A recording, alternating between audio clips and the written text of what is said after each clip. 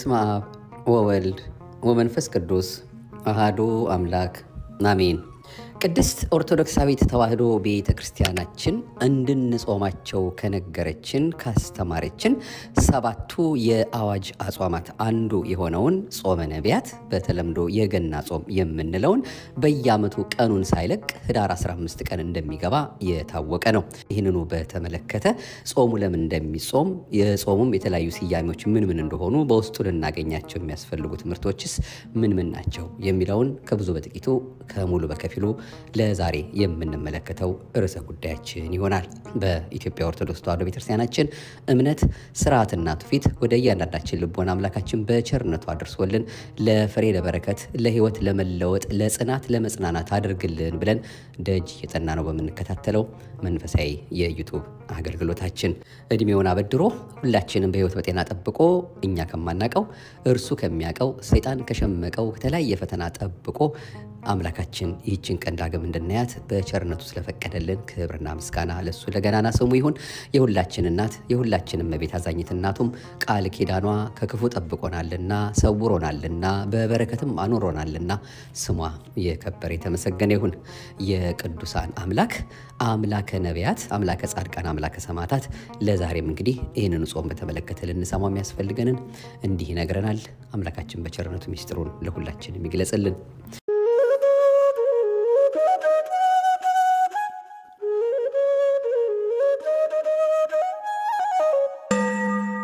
ጾመ ነቢያት ወይም የገና ጾም ከሰባቱ የአዋጅ አጽዋማት መካከል አንዱ ሲሆን ጾመ ነቢያት የተባለበት ምክንያትም ነቢያት ስለጾሙት ነው።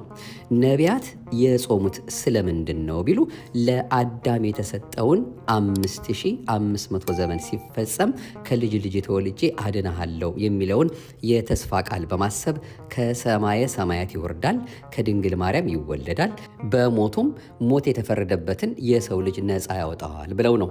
ይህንን ጾም የትኞቹ ነቢያት ናቸው የጾሙት ቢሉ ሊቀ ነቢያት ሙሴ 40 ቀን ጾሟል። ዘጸአት ምዕራፍ 39 ቁጥር 27። ነቢዩ ኤልያስም 40 ቀን ጾሟል። አንደኛ ነገሥት ምዕራፍ 19 ቁጥር 1። በተጨማሪም በተለያየ ዘመን የነበሩት ነቢዩ እዝራ፣ ነቢዩ ነህምያ፣ ነቢዩ ዳንኤል እንዲሁም ክቡር ዳዊት ጾመዋል። ነቢያት ይወርዳል ይወለዳል ብለው ከጾሙ ክርስቶስ እርሱ ከሰማይ ወርዶ ከድንግል ተወልዶ በመስቀል ተሰቅሎ ካዳነን በኋላ እኛ የሐዲስ ኪዳን ክርስቲያኖች ስለምን የነቢያትን ጾም እንጾማለን ቢሉ እኛ የነቢያትን ጾም የምንጾመው እንደቀደሙት ነቢያት ይወርዳል ይወለዳል እያልን ሳይሆን የቀደሙት ነቢያት ይወርዳል ይወለዳል እያሉ የጾሙትን በማሰብ በመጾማችን ድነተ ሥጋ ድነተ ነፍስ፣ በረከተ ሥጋ በረከተ ነፍስ እንድናገኝበት ነው። ጾመ ነቢያት ከህዳር 15 ጀምሮ እስከ ታኅሳስ 29 ቀን በዘመነ ዮሐንስ እስከ ታኅሳስ 28 ቀን ድረስ ለ44 ቀናት በዘመነ ዮሐንስ ደግሞ ለ43 ቀናት ይጾማል። ከነዚህ መካከል 40 ቀናት ጾመ ነቢያት፣ 3 ቀናት ጾመ አብርሃም ሶርያዊ ሲሆኑ የቀረው አንድ ቀን ደግሞ የጋህር ጾም ነው። ፍትሐ ነገሥት አንቀጽ 15 ቁጥር 565 567። ጾመ ነቢያትን ከህዳር 15 ጀምሮ ሳይጾሙ የልደትን ዋዜማ ብቻ መጾም የቤተ ክርስቲያን ስርዓት አይደለም። የነቢያት ጾም ስያሜዎች እግዚአብሔር ወልድ ኢየሱስ ክርስቶስ ዓለምን ለማዳን ሲል የሰውን ሥጋ መልበሱ ወይም ስለመልበሱ፣ ወደ ግብፅ ስለመሰደዱ፣ በባሕረ ዮርዳኖስ ስለመጠመቁ፣ በትምህርቱ ብርሃንነት ጨለማውን ዓለም ስለማብራቱ፣ ለሰው ልጆች ድነት ልዩ ልዩ መከራን ስለመቀበሉ፣ ስለመሰቀሉ፣ ስለሞቱ፣ ትንሣኤው፣ እርገቱና ዳግም ምጽአቱ በየዘመናቱ የተነሱ ቅዱሳን ነቢያት በመንፈስ ቅዱስ ተቃኝተው ትንቢት ተናግረዋል። ትንቢቱ ደርሶ ተፈጽሞ ለመመልከትም አንስ ኃይለከ ፈኑ እዴከ፣ ኃይልህን አንሳ ክንድህንም ላክ እያሉ በጾም በጸሎት ተወስነው አምላክ ሰው የሚሆንበትን ጊዜ በቀናት በሳምንታት በወራትና በዓመታት እያሰሉ ሲጠባበቁ ቆይተዋል። የእግዚአብሔርን ሰው መሆን ሲጠባበቁ የነበሩት ወይም የኖሩት የነቢያት ትንቢትና ጸሎት በጌታችን መወለድ ፍጻሜ ያገኘበት ወቅት በመሆኑ ጾመ ነቢያት እየተባለ ይጠራል። ለአዳም አንዱ መጠሪያው እንግዲህ ጾመ ነቢያት የተባለበት ይሄ ነው ማለት ነው። እንግዲህ ነቢያት የተናገሩት ትንቢት ስለተፈጸመበት የተሰጠ ስያሜ ነው። ነቢያት ለአዳም ስለተሰጠው የተስፋ ቃል ጌታችን እንደሚወለድ፣ እንደሚጠመቅ፣ በሞቱና በትንሣኤውም ዓለምን እንደሚያድን ትንቢት ከመናገራቸው በተጨማሪ ትንቢቱ በእነሱ ዘመን እንዲፈጸም እግዚአብሔርን በጾምና በጸሎት ጠይቀው ነበርና ስለዚህም እነ ኢሳይያስ ጾሙን እንዴት መጾም እንደሚገባንም ተናግረውም ያለፉበት ስለሆነም ነው። እንግዲህ ኢሳይያስ 58 ቁጥር 1 ላይ እኔ የመረጥኩት ጾም ይሄ ነውን እያለ ትንቢቱ የሚናገረውን ልብ ብለን ማስተዋል ነው።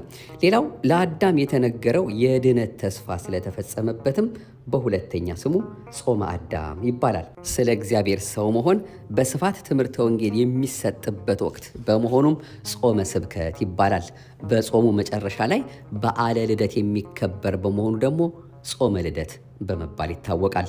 ቅዱሳን ሐዋርያት በዓለ ትንሣኤን አብይ ጾምን ጾመን እናከብረዋለን፣ በዓለ ልደትንስ ምን አድርገን እናከብረዋለን በማለት ነቢያት የጾሙትን ከልደተ ክርስቶስ በፊት ያለውን ጾም ጾመዋልና። በተመሳሳይ መልኩ ይህ ጾም ጾመ ፊልጶስ ተብሎም ይጠራል። ሐዋርያው ቅዱስ ፊልጶስ በአፍራቂያና አውራጃዋ ሁሉ እየተዘዋወረ በጌታችን አምላካችንና መድኃኒታችን ኢየሱስ ክርስቶስ ስም ወንጌልን በማስተማር ድንቅ ድንቅ ተአምራትን በማድረግ ብዙዎችን ወደ አሚነ እግዚአብሔር ሲመልስ ቆይቶ ትምህርቱን በማይቀበሉ የአፍራቂያ ሰዎች አማካኝነት በሰማዕትነት አርፏል። ደቀ መዛሙርቱ ሥጋውን ሊቀብሩ ሲሉም ስለተሰወረባቸው የሐዋርያውን ሥጋ ይመልስላቸው ዘንድ ሱባኤ ይዘው በጾም በጸሎት ተወስነው በለመኑት ጊዜ እግዚአብሔር ልመናቸውን ተቀብሎ በሦስተኛው ቀን መልሶላቸው ሥጋውን በክብር አሳርፈውታል። ደቀ መዛሙርቱ የሐዋርያውን ሥጋ ካገኙ በኋላ እስከ ጌታችን ልደት ድረስ ጾመዋል። ስለዚህም ጾመ ነቢያት፣ ጾመ ፊልጶስ እየተባለ ይጠራል። ከዚህ ሁሉ ጋር ክርስቶስን በግብረ መንፈስ ቅዱስ እንደምትጸንሰው እመቤታችን ንጽሕት ቅድስት ድንግል ማርያምን መልአኩ ቅዱስ ገብርኤል ካበሰራት በኋላ እመቤታችን ሰማይና ምድርን የማይወስኑትን አምላክ ጸንሼ ምን ሰርቼ ወልደዋለሁ በማለት ጌታችንን ከመውለዱ አስቀድማ ጾመዋለችና ይህ ጾምም ጾመ ማርያም በመባልም ይታወቃል።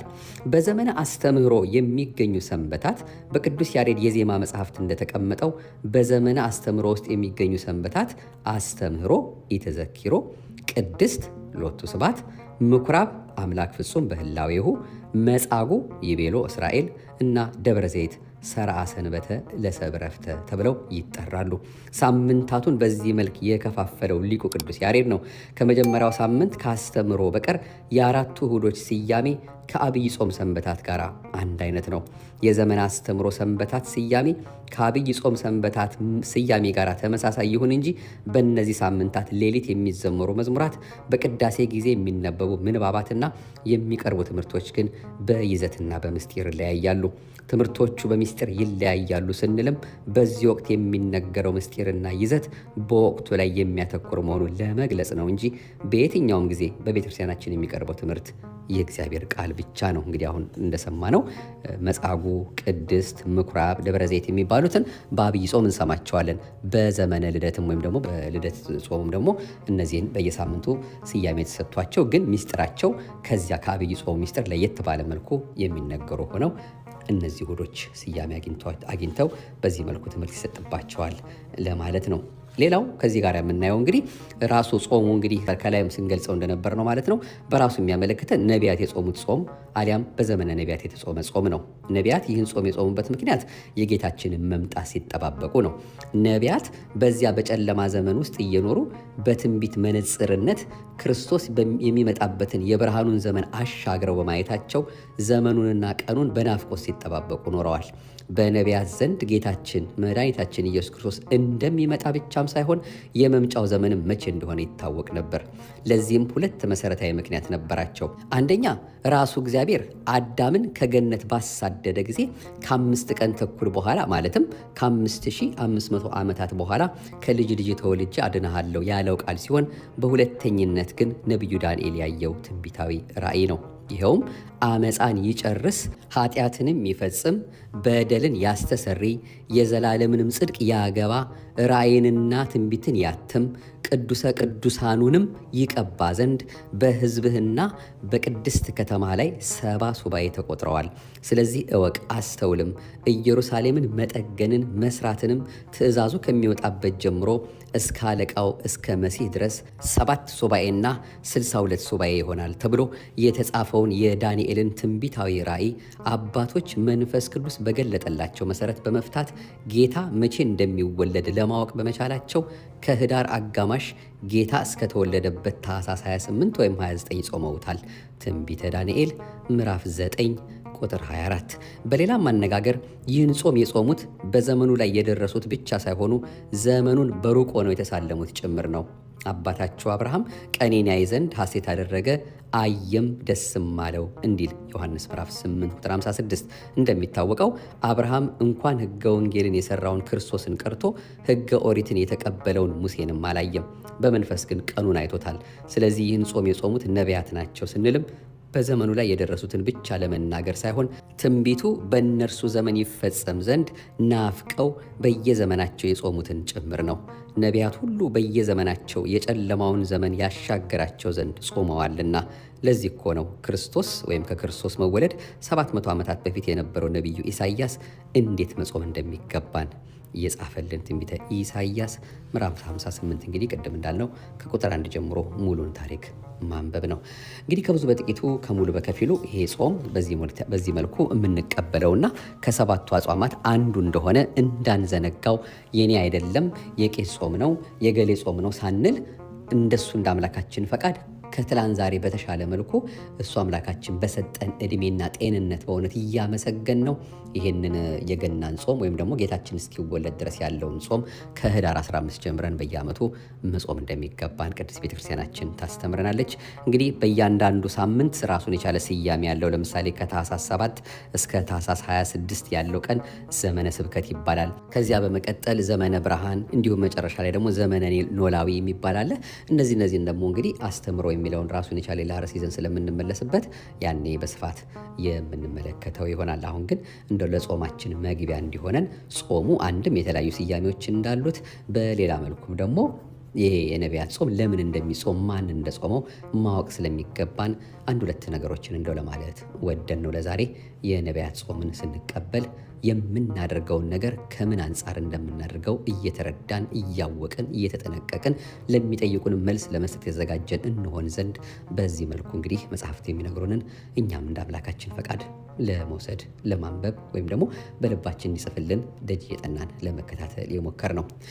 ይቆየን፣ የተባረከ ጾም ያድርግልን። በተለይ ደግሞ ሀገራችን ኢትዮጵያም እንግዲህ እንድንጾም እንድንጸልይ አባቶቻችን የነገሩንም ትእዛዝም አለ። እሱን እንግዲህ በየጊዜው በየቤተ ክርስቲያናቱ እየተገኘን እንግዲህ ጸሎተ ምህላውም የሚደረግ ከሆነ በተለያየ መልኩ ብቻ ግን ያንን እንድናደርግ እንድንማጸን፣ በተለይ ስለ ሀገራችን፣ ስለ ሕዝባችን፣ ስለ ወገኖቻችን በአምላካችን ፊት እባክህ ደጉን ጊዜ አቅርብልን፣ የቸርነትን ስራ ስራልን፣ ከአንተ የሆነውን ሰላም ስጠን እያልን የሰላም አምላክ፣ የበረከት አምላክ፣ የጸጥታ አምላክ ሁሉን በላይ ሆኖ እየተመለከተ እውነተኛ ፍርድ የሚሰጠውን እሱን አምላካችንን እባክህ አትርሳን፣ ሕዝብህን ሀገርህን አትርሳብን፣ ስለ እናትህ ብለህ ተመልከተን፣ ስለ ቅዱሳኑ ብለህ ተመልከተን፣ አንተን ለማግኘት ሲሉ ስለ ጾሙት ስለ ጸለዩት ስለ ነቢያቱ ብለህ እባክህ ሀገራችንን በምሕረትህ በዓይነ ምሕረትህ ጎብኝልን እያልን መማጸን አለብን። በተለይ በዚህ በጾም ጊዜ ከዚህ የበለጠ ምንም ለሞችም እንደው የሚጸለይ ጸሎት የለምና እባክህ ማረን ይቅር በለን እያል ልመናችን ጸሎታችንን በቸርነቱ እንዲቀበልልን እሱ በሚያውቃት ሕሊናና ሕይወት ሆነን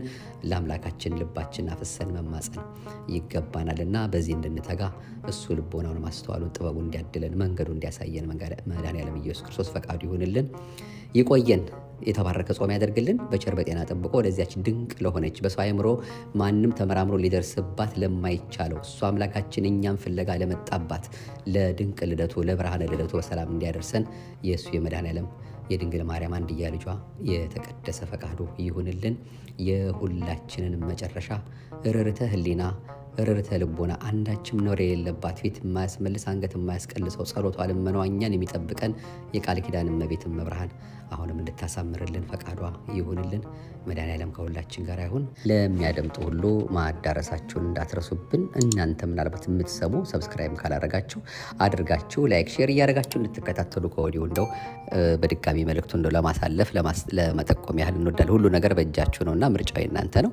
እንደ እግዚአብሔር ፈቃድ እንግዲህ ሰምታችሁ የምትጠቀሙ ከሆነ ሌሎችም እንዲጠቀሙ እናንተም ደግሞ በየጊዜው የሚወጣው መርሃ ግብር እናንተ ጋር እንዲደርስ ያንን ከማድረግ ወደኋላ እንዳትሉ ከወዲሁ ማስታወሻውን ለእናንተ እናደርሳለን።